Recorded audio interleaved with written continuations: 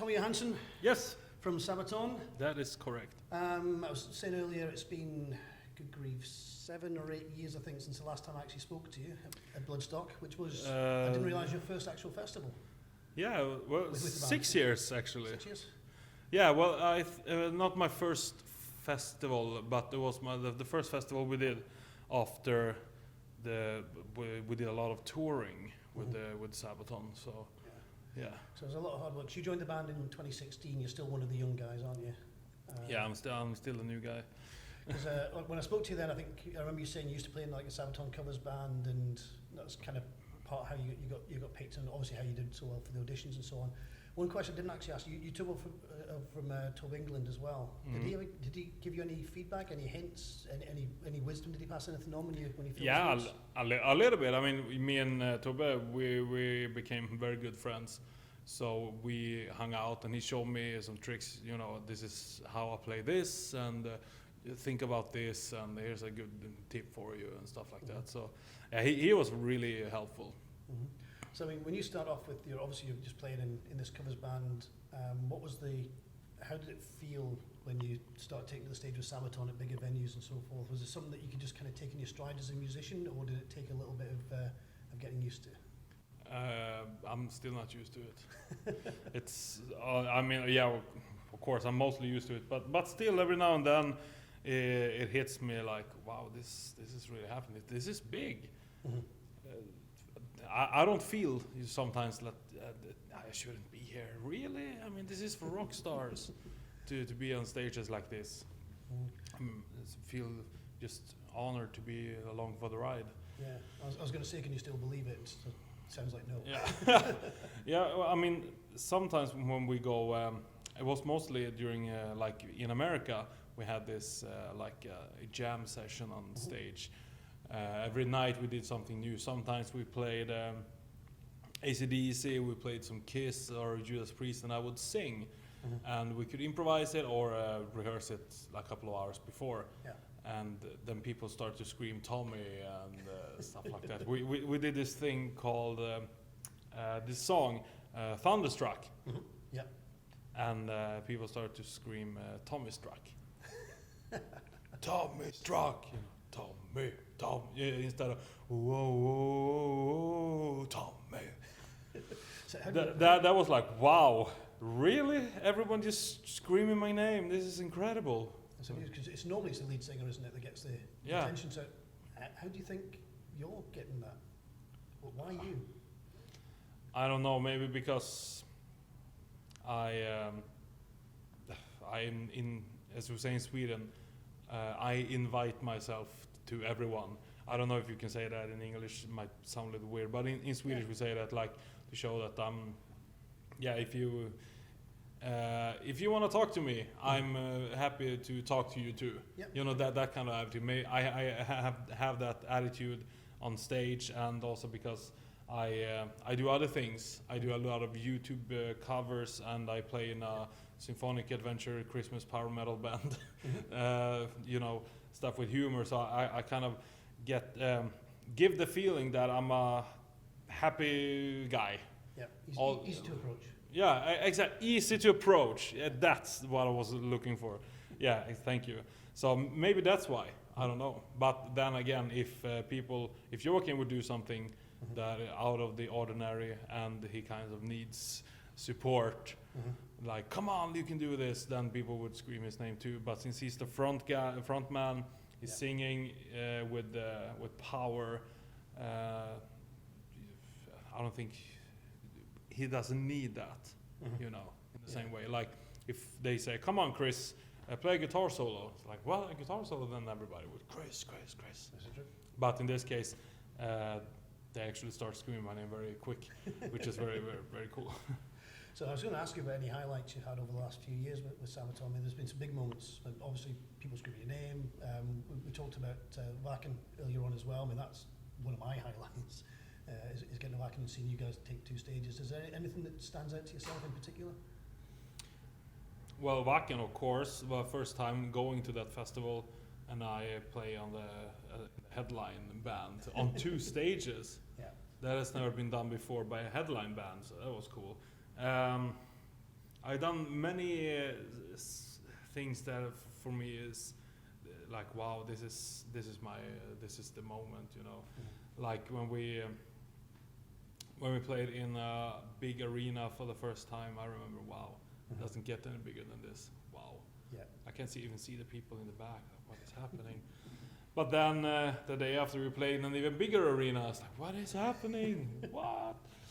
So I don't know, but Wacken is, yes, of course, one of the big moments that I would remember forever. At the other end of the scale, I was doing my research last night, and obviously I went for the most incisive and in-depth research materials I could find. So on Wikipedia, it says in 2009 you were the Swedish Karaoke Champion. Is that actually true? That is correct. Okay, so Wikipedia have got that one right. Yeah. I've got to ask, what song? Did you win in the championship? What song was it? It was Alone by Heart. Good choice. Yeah. That's a quality track. Yeah, well, It yeah. It's a song that not many guys sing because it's very high. It's a female fronted band who sings that song. Well, their cover of it. So yeah, I sang that song. It was hard competition, but then in the finals it was me and 3 other guys, and I sang that song. I think it was a little bit of which song you chose as well. I chose that song, and people were like, okay, this is good. So I won. Okay, so partly maybe because A, it was good, and B, because the challenge as well. Yeah, exactly. It's a difficult song to sing. So. Yeah. Plus, also I think of those who were there, it was me and another guy. We had earlier experience from performing on stage. The other guys didn't seem to have so much, interaction with the crowd. Okay, makes a difference. Yeah. So. Prior to joining Sabaton, obviously joined 2016, the band. Obviously, everyone knows what Sabaton sing about. Were you as much of a military nut when you joined the band? Were you joining more for the music? Were you into the military history at that time anyway? No, not really. I mean, of course, I knew about the history, but it was not like I love Sabaton because of what they sing about. I loved Sabaton because of the music, the melodies. So that's why it's like, yeah, it's a cool thing that they sing about. But for me, lyrics has never really been something that I focus too hard on. Like, I've been listening to Christian metal bands. I've been listening to satanic metal bands. Children of Bodom. I was gonna say Cannibal Corpse, but I don't even hear what they're singing about.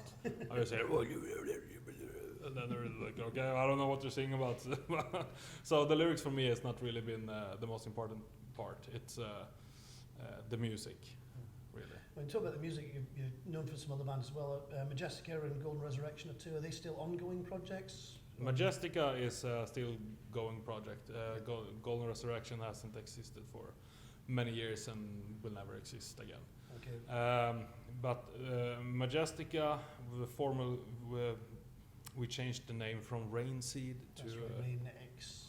Yeah. Exactly. Yeah. We changed the name to Majestica, released a new album with Uli Kusch on the drums, former Halloween drummer. Yeah. He wasn't part of the band, it was just recording in the studio. And we released an album. We released 2 albums as Majestica. The last one we did was actually a Christmas album. We did a concept album about the story of Ebenezer Scrooge. Ah, yes, I remember that. It was about 2 years ago? Yes. Yeah. Exactly. Yeah. Yeah. I remember we got the details too about that one. It was interesting. Yeah. Yeah, that was a lot of fun. That was a dream come true for me, to release a proper Christmas album. And it's so great. I mean, if you watch the statistics, you see that we around Christmas we go up and then go down a little bit after Christmas. Of course, this amount of people are listening, and then when it goes closer to Christmas, it increases, and people that feels people good. Get in the mood for it. Yeah, exactly, and that's like, wow, we made an album that people will maybe not listen so much to during the summertime, but they will always go back to it later when it comes to Christmas, and maybe for years. So the stuff is great. Plus, I love Christmas, and to write that album was it was a pleasure. how do you find the time for all these projects? I mean, you touring with Sabaton, it'd be obviously quite intense. The US tour is huge. You're at the beginning of the tour here at the moment, so you're just finishing the UK leg. You're over to Europe now, is that right? Yes, After this? tomorrow. So you've got a fair bit. So how do you find the time for all this, all the cover songs for the second band? Where does that come from? Well, the second band, Majestica, I can tell you, we did a lot of things during the Corona. We did a Christmas album then, since we didn't have any shows with Sabaton. Yeah. And then when we have 2 weeks off from Sabaton, we take 1 weekend to rehearse with the band, and me and the bass player in Majestica, Chris Davidson, we talk on the phone quite a lot, and we meet up sometimes and just do, social media and stuff like that to keep the band active. Yeah. And then the cover songs, I do that during the day. Like when I'm home, for example, my girlfriend's working, I record videos and music at home. Then in the evening, I spend time with her or friends or family, and then during the day I do this. And for me, it goes pretty fast. So in a couple of weeks, I prepared 7 songs, both, made the songs, recorded them, mixed them, and recorded the video as well. So the answer is you just do it quickly. I'm very quick, yeah. I'm very quick. Plus, it's like people say, Tommy, don't burn yourself out. You have too much stuff on your hands. It's like, okay, I stopped doing covers. I stopped this YouTube thing. What would I do in my spare time? I would play guitar or write music. Yeah. Because I think it's fun. Yeah. It makes me happy. I mean, the covers have got a lot of traction on social media and stuff as well. How do you choose which songs you're gonna do? Do people recommend them, or is it just songs you quite like? Do you hear one and think, I'll give that one a shot? Yeah, I decide the last one there. Just ones you like? Yeah, the ones I like. I mean, I'm gonna release songs that not so many people have heard, but I do this because I wanna show my interpretation of this song or this artist. Sometimes when I see okay, I've had 2,000 people writing to me for a whole year, telling me, please do St. Elmo's Fire by John Parr. Okay, sure, I'll do it. Yeah. And it's a good song, though, to be fair. yeah, well, it's a great song. So I just have songs I write on a list oh yeah, there was that Celine Dion song I want to do. And that Pet Shop Boys song, I love that one. I always wanted to do a metal version of that one. I write it down, and then when I get feeling, I choose one of the songs. And it's oh yeah, that one. That one. That's a good one. Tonight I have a Iron Maiden feeling. I do a heavy metal, power metal version of an Iron Maiden song, which is coming as well. So I decide.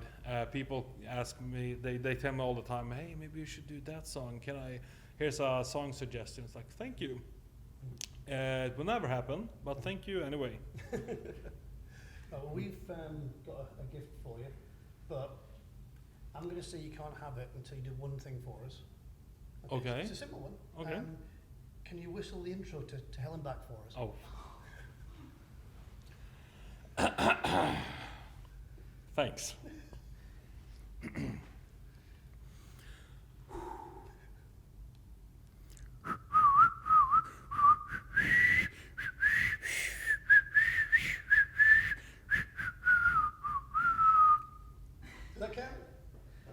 We'll give you that. That's awesome. Thank you. Okay, do you want to tell me about that? Okay. Just, I'm really hoping this is going to be worth it after this. I'm getting there. yeah? Especially since I didn't have the time to pick up the butter or the jam. Oh. Do you know What? Do you know what it is yet? Really? Yeah. So what's it called again? Palt. Nah! What? No way! No way! Ah! You made palt. I have several times. What? Yeah. Oh my god. Oh! Oh my god, thank you so much. Oh. Can I see? Of course, yeah, they're for you. I wasn't even sure if you'd. Oh. Wow. Nice. Wow, thank you so You're much. so welcome. Oh. Incredible! You made palt for me. We'll explain what palt is in the notes underneath the video, and I'm sure we can dig a bit. It looks like this, and it's the best thing in the entire world, in the history of everything that is eatable, at least. Wow! Thank you so much. You're so welcome. This is so nice. I am so happy. This is the small things in life that means so much. Really, when you're on tour and someone prepares your favorite food for you. Wow. You're very welcome. Tommy, thanks so much for your time, and we'll look forward to seeing you on stage in a couple of hours. Thank you so much. You've got your dinner provided for you Thank as you. well. So. Yeah, exactly. Thank you so much. And I do believe that we have some butter here, and we can warm it up, and I can eat it for dinner.